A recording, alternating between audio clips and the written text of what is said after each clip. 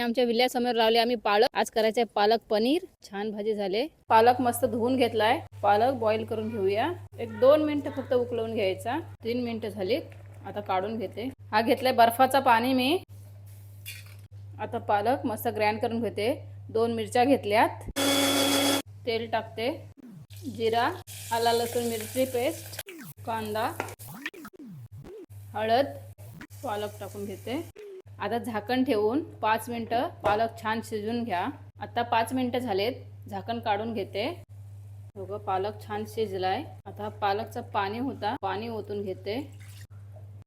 मीठ, पनीर तळून नाही घेतलाय. अर्धा चमचा गरम मसाला. आता 15 मिनिटं झाकण ठेवून मस्त शिजवून घ्या. मग आपला पालक पनीर रेडी होईल. 15 मिनिटं झालेत. आता झाकण काढून घेते.